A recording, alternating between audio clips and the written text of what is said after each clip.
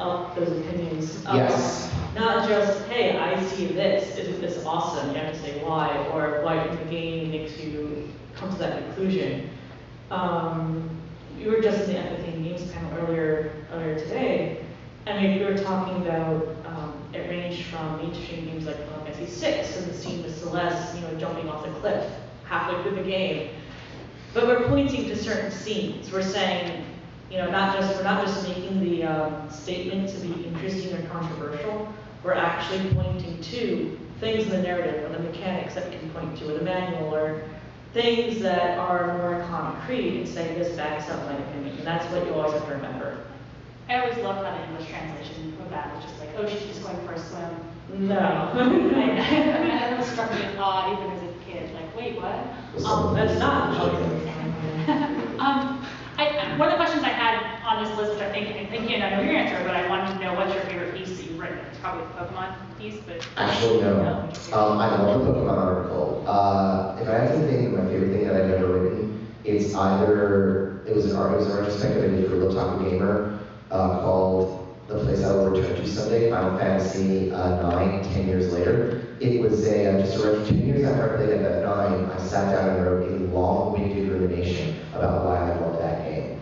And I gushed in it, and I put all of my fanishness into this one little piece. I threw in a picture of me and Malcolm, and I just really enjoyed writing that. Like, some of my favorite pieces are the ones that I published either on my website or on a smaller blog, because one of the things when you write for a big site, my Pokemon one is the most read thing I've ever done. Lots and lots and lots and lots and lots and lots and lots of hits around. But I was writing for their formula. The pieces that I've written, like Misunderstanding Anime, The Place I Will Revisit Someday, or I wrote a long-winded piracy discussion for a top journalist. These were the pieces that I'm the most proud of, because I was given mostly free rein to write about what I wanted, and I was given free rein to just explore my own emotions. Those are the pieces that I think would be the best. And I just told Kate this the other day. It was hard as hell to determine what my favorite piece is.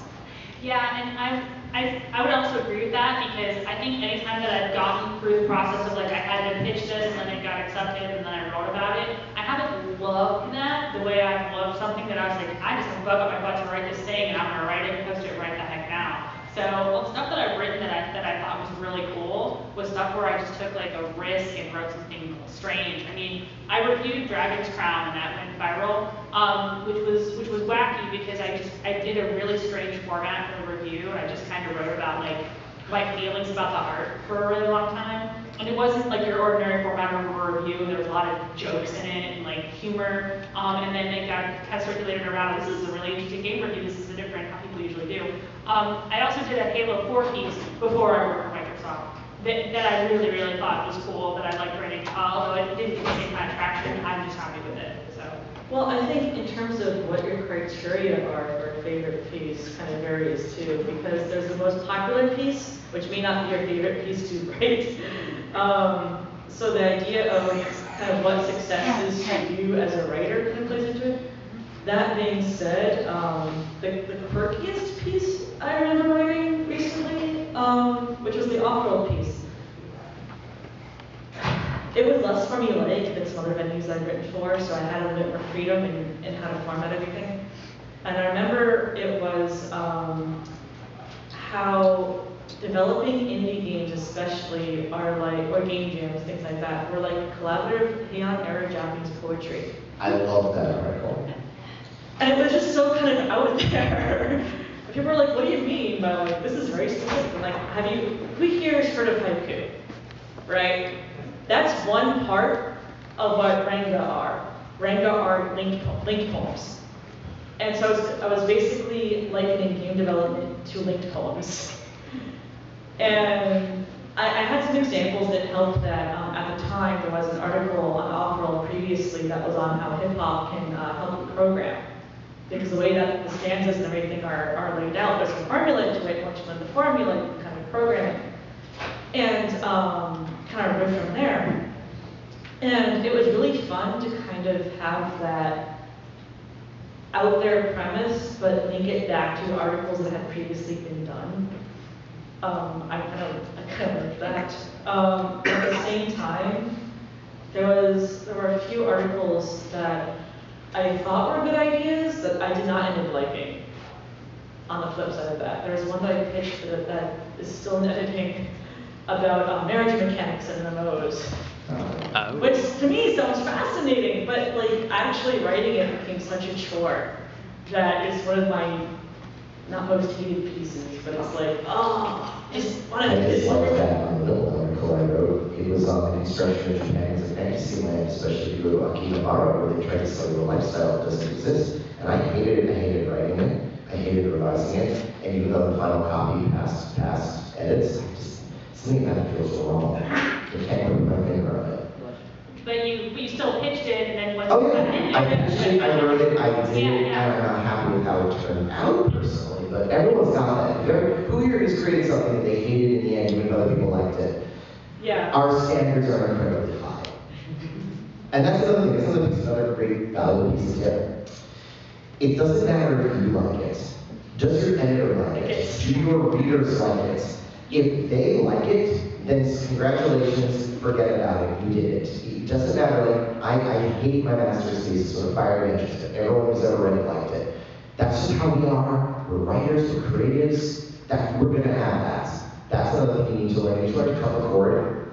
And this is great for any kind of writing, because if you keep things whole in edits, eventually you lose your publishing window, or they just say, okay, we're just not interested anymore, you're taking too damn long. And you have to know the outlet that you're writing for. If an outlet has a particular editorial style and you pitch them something that's completely out of the realm of what they usually write, that's just not going to happen.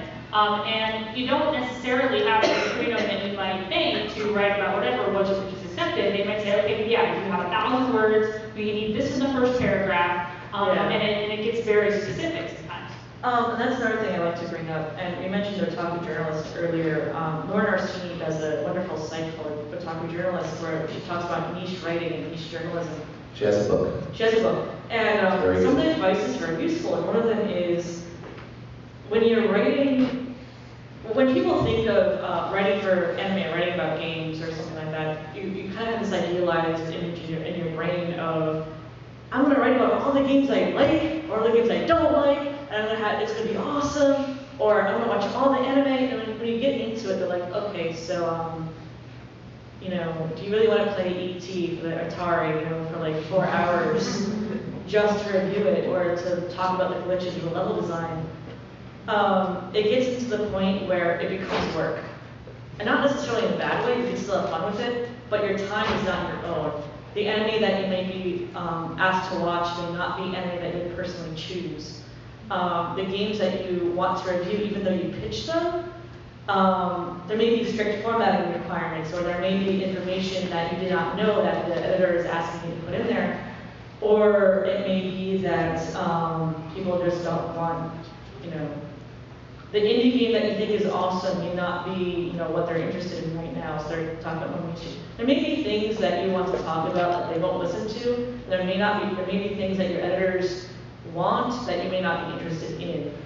So it becomes this sort of let's meet halfway thing. And again, if you make a career or a part-time job or gigs out of any hobby, it becomes work. Yay, I may be translating things for fun, I may be translating entries in monster books for fun, and then once it becomes work, I really don't want to do it anymore. That's the problem I'm having with that on the fantasy article is I wrote it based on how I want to read it, how I would like to present it, and so far it's always one step away from what they want. One step away, like it's good, but if you did this, you can consider it. And I'm trying to find an outlet right now that will take it as it is, because I don't like some of the criticism I've been getting for that one. It's not like, oh, it's hurting my feelings, it's you're missing the point. And that is something when you're pitching, you're working with someone, you are working with someone else's ideas and mindsets, and frequently you have to convince them.